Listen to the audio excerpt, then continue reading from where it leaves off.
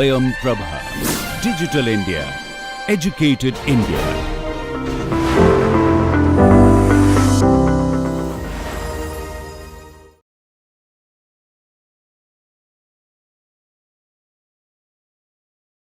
All right, welcome everyone to today's class. So let's finish our discussion of quantum fully homomorphic encryption today, and let's try to recollect what we were doing. So one of the things we saw yesterday was just how to use a quantum one-time pad and a classical PKE to get a quantum PKE that can encrypt quantum states. And then we wanted to think about homomorphism, right. So we want to have the quantum equivalent of a homomorphic scheme, where when we have some encrypted state, we should be able to apply unitary transformations to that state while it is still encrypted. So we saw a little bit of a warm up towards this in last class. So in particular, we saw that for Clifford gates, the Clifford group, we saw that there is a nice property, right, this one over here at the bottom. So we saw that there is this nice property that if you apply a Clifford gate to an OTP of a state, a quantum OTP of a state, then for every sort of secret key x comma z, every OTP secret key x comma z, there is some x prime z prime which allows you to shift this Clifford operator inside. You see this, right? So we talked about this yesterday. Is this clear to everybody? So when you do this, then it becomes easy, because what you can do is you can just apply C to the Q OTP, and we have by this property that the C will shift inside, right, and C of psi is what you want to encode. And then the homomorphic encryption of x comma z can be updated to the homomorphic encryption of x prime z prime. So here we are, we did not really spend time on how to compute this x prime z prime. In particular, note that it cannot depend on x z, because x and z are sitting inside an encryption, right. So we will not be able to open it up and compute x prime z prime according to that. So we are just taking this on faith for the moment, that you could figure out how to transform x z to x prime z prime without knowing the underlying values. So this is what we have with Clifford gates, okay.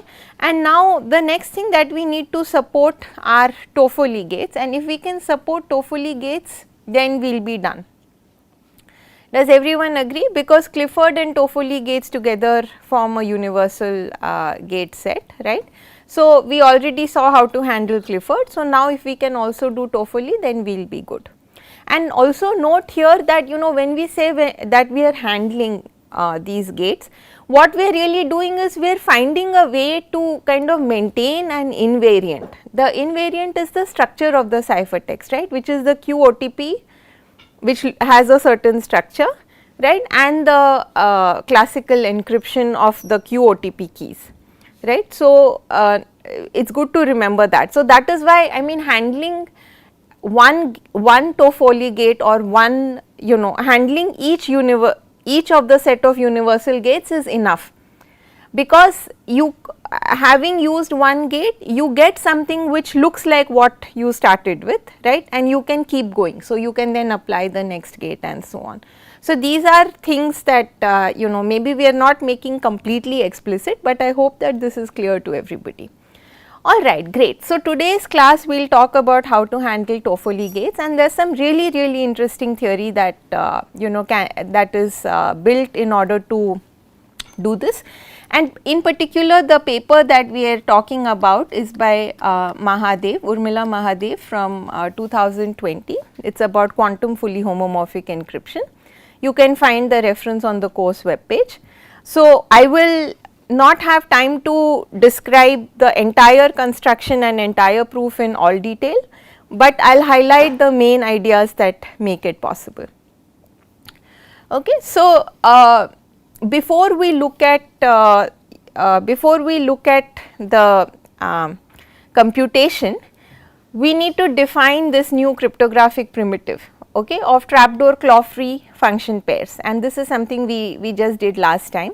So, just to jog our memory, a TCF function pair is a pair of functions f0, f1, both are injective and have the same image. The main thing that we will use is that it is hard to find a sort of a what is called a claw. So, a kind of a colliding pair. So, you know an x0 x1 such that f0 of x0 is equal to f1 of x1, okay. But there exists a trapdoor using which you can find it, okay. So, this is the main idea that the main primitive that we will use. And you know, since we are in the quantum setting, we can actually do quantum stuff, right. So, one of the key ideas that this paper introduces is the idea of having a superposition over a claw. So, let me tell you how to do that. It is a very simple natural idea of how to construct this superposition. You will see that it comes very handy later. Okay, so, let me just tell you how to obtain a superposition over a claw.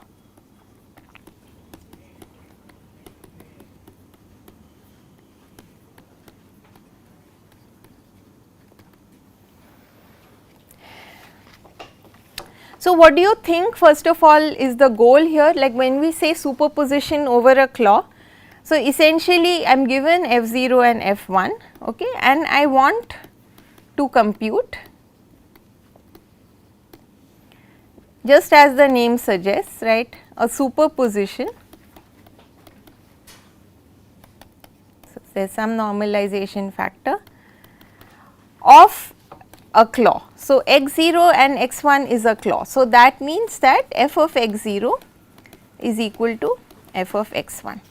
Okay. So, this is something that I want to do.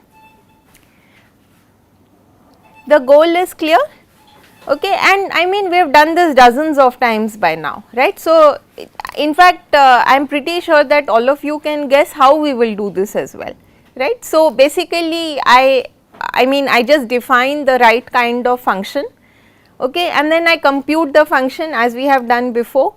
Then I do a partial measurement that gets it to collapse to, you know, superposition. We have done this in almost all the algorithms that we have seen. Okay, so, let us not spend a whole lot of time on this, let us just outline the steps. So, how to do it? Okay, so, first, So, first, you know, I prepare a uniform superposition.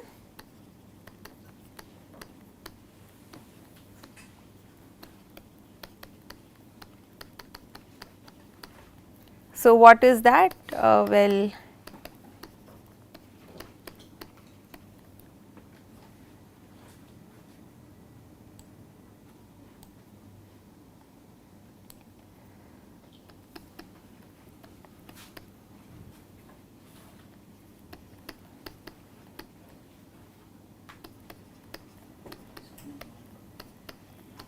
okay. So, I prepare this uniform superposition, okay. What is it? So, it is summation over, you know, all bits b and all strings x of lambda bits b x 0, all right. So, step 1 is to prepare this uniform superposition. Okay. Now, step 2 is very natural, it is what you would expect. So, now I define a suitable function, right. Can anyone think I have f0 and f1, how should I define my function so that I get a superposition of the clause? So, my input is, you know, some b x and here it is 0, but let me just call it y. What should my function transform this b x y to? Yes? Very good, exactly. I mean, so to be a little more precise, so b x f b of x XOR y, right. So, for us y is 0, so XOR y will just it will just be 0. So, this is exactly right. So, basically I want to get a superposition over the clause. So, I want to use my bit to select the function and I apply this function. Okay, so, we get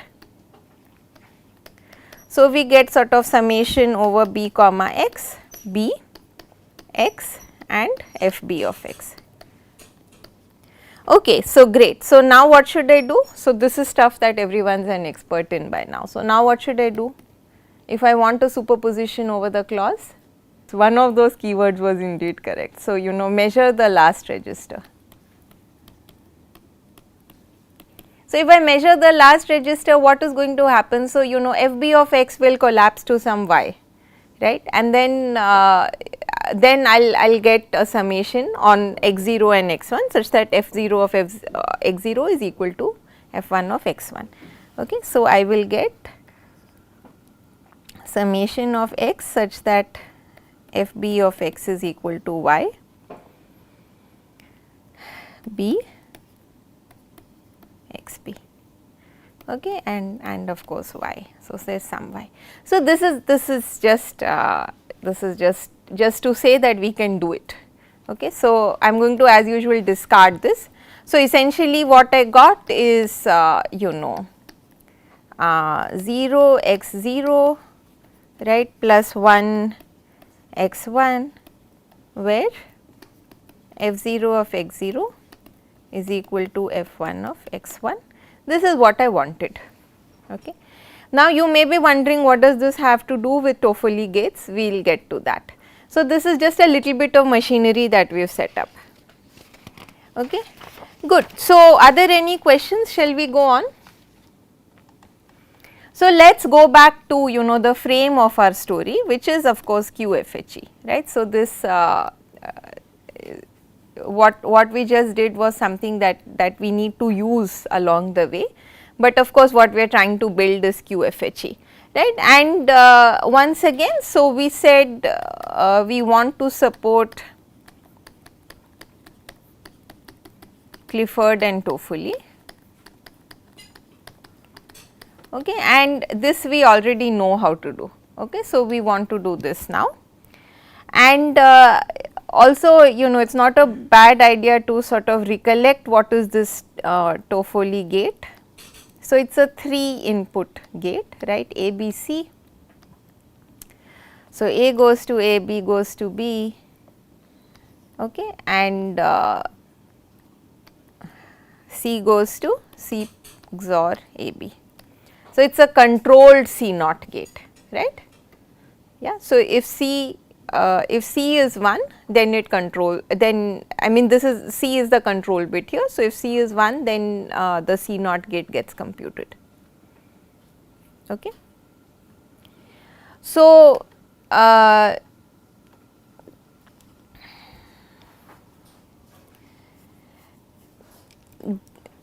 so now we want to support this gate, and we are starting with some state, right. So, we are starting with some QOTP state which looks like x to the x, z to the z psi.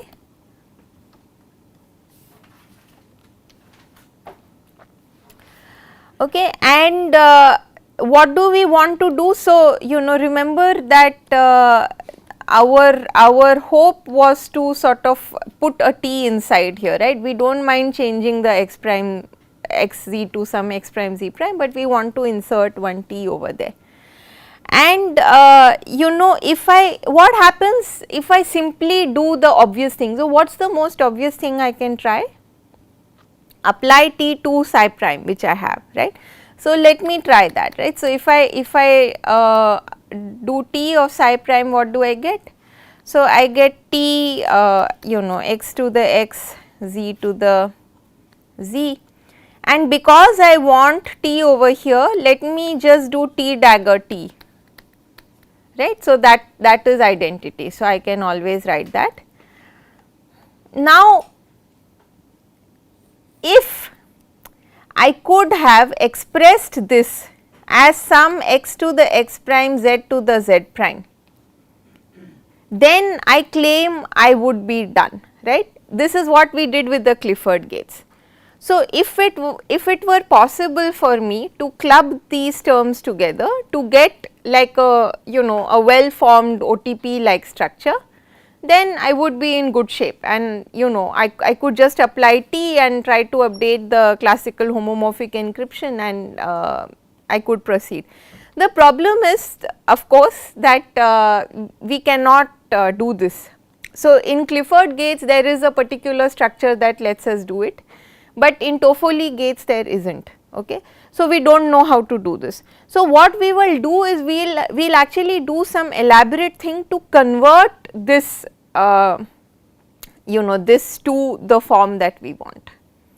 So, it does not work automatically, we will have to do a bunch of things to make it work. Okay. So, we need to convert it to this form.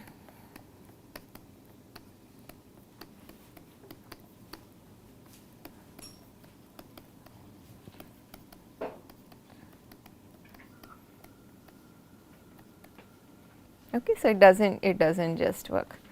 Okay. So, now how do we want to do it? So, one more thing that it does not hurt to recall is that our QPKE, what does it look like? It is a QOTP, right, and a CPKE. So, here C stands for classical and Q stands for quantum. Okay. So, this is what it looks like. So, and what I want to play with is this thing here, right. So, I want this T x to the x, z to the z, T dagger. This is what I want to somehow massage, right. I want it to look like some x to the x prime, z to the z prime. That is my goal over here, right. So, okay, what to do? So, now one fact that we will use is the following. So, it turns out that if I open out this expression in terms of C naught gates and poly gates, then this looks like the following. Okay. So, first of all, observe that x to the x and z to the small z. So, this small x and small z are how many bits? 3 bits in fact, right, because we have 3 bits that are input to our gate. Good. So, I can write this as in longhand, I can write this like this.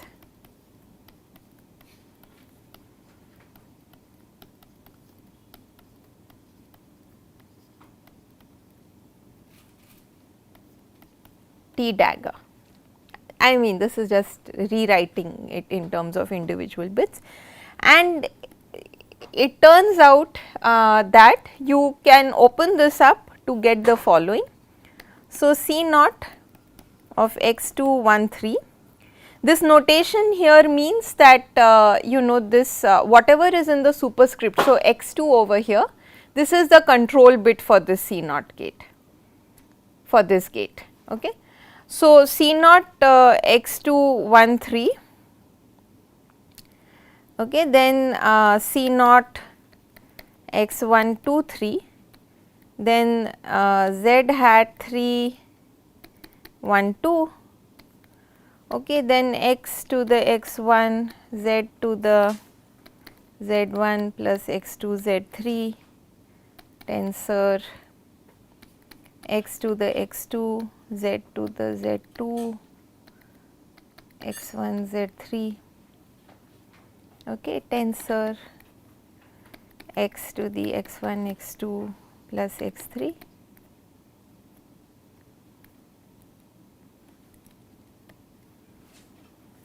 z to the z 3,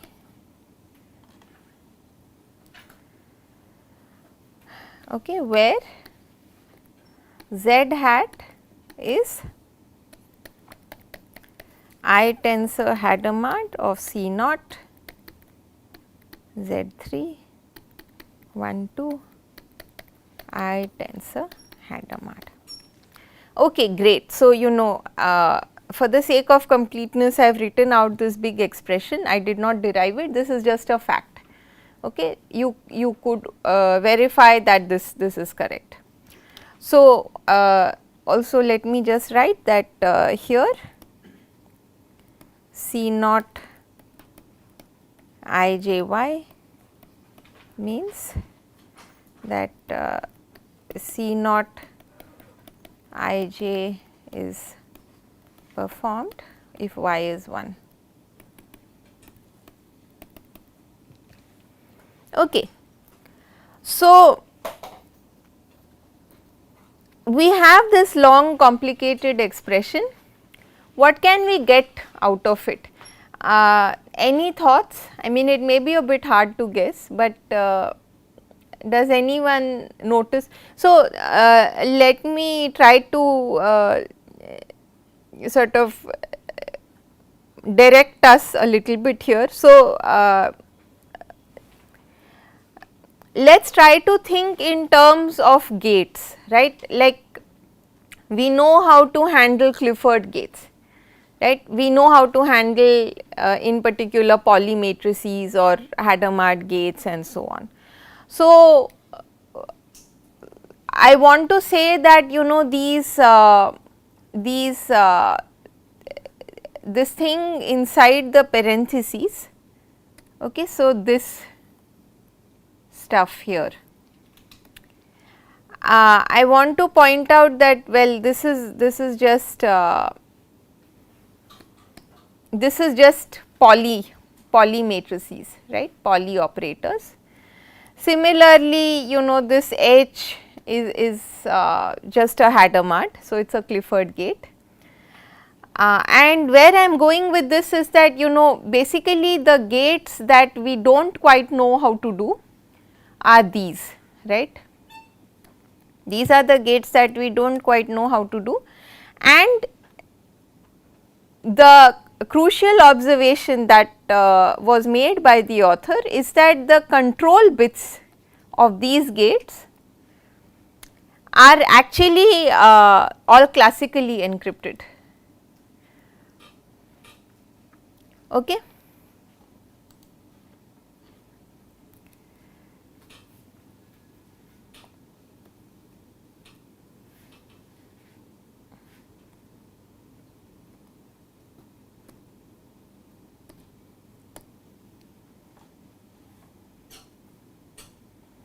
Okay, so let us write this down. Okay, so the observation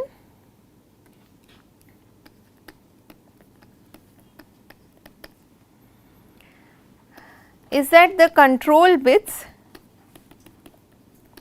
are classically encrypted.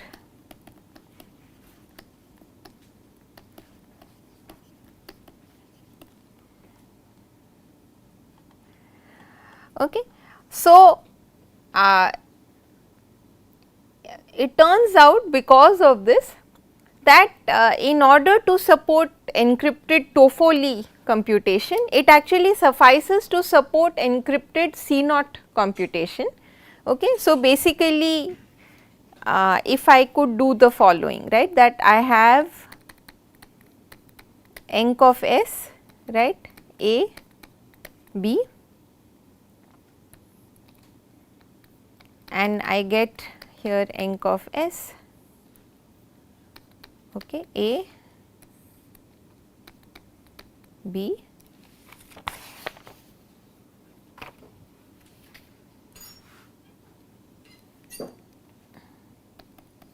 XOR AS.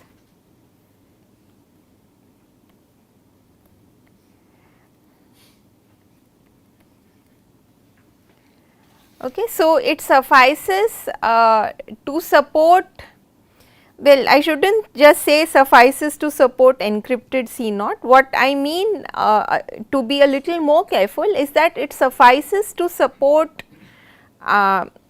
this circuit that I have here. So, where the control bit is classically encrypted, okay, I have some inputs A and B, right, and I want to end up with you know, B XOR AS, and moreover I want this B XOR AS to actually be encrypted.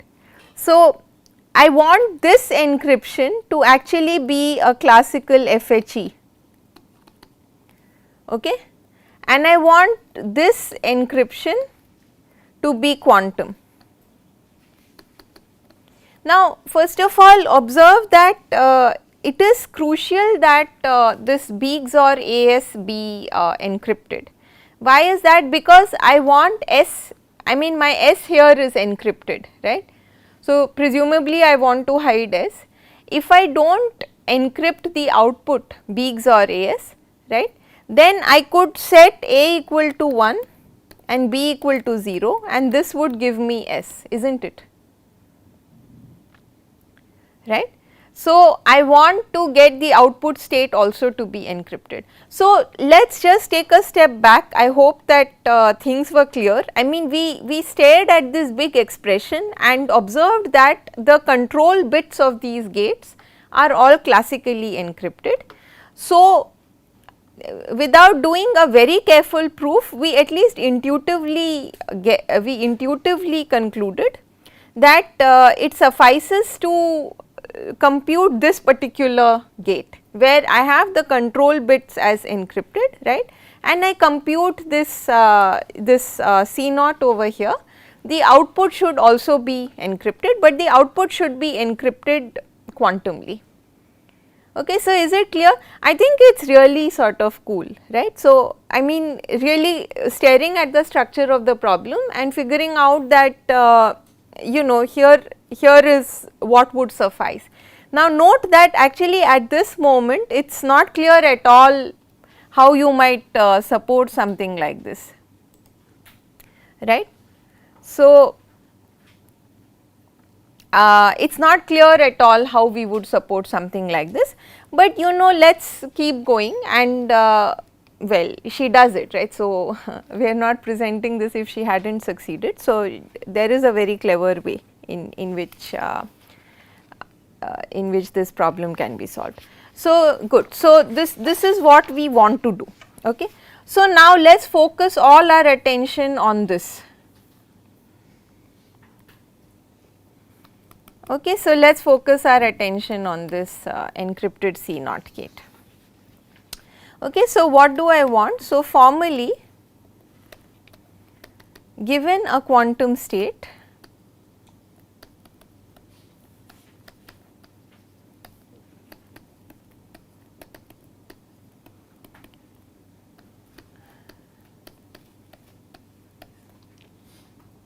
so we are given this this state, okay, and let us denote C naught S psi as this,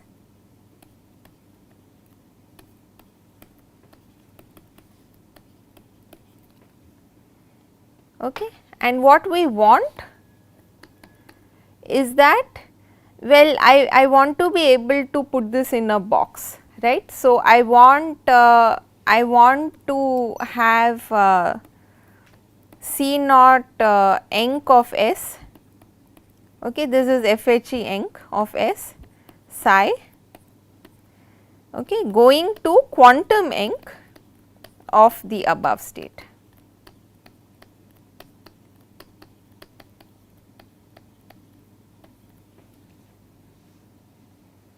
Okay. Great.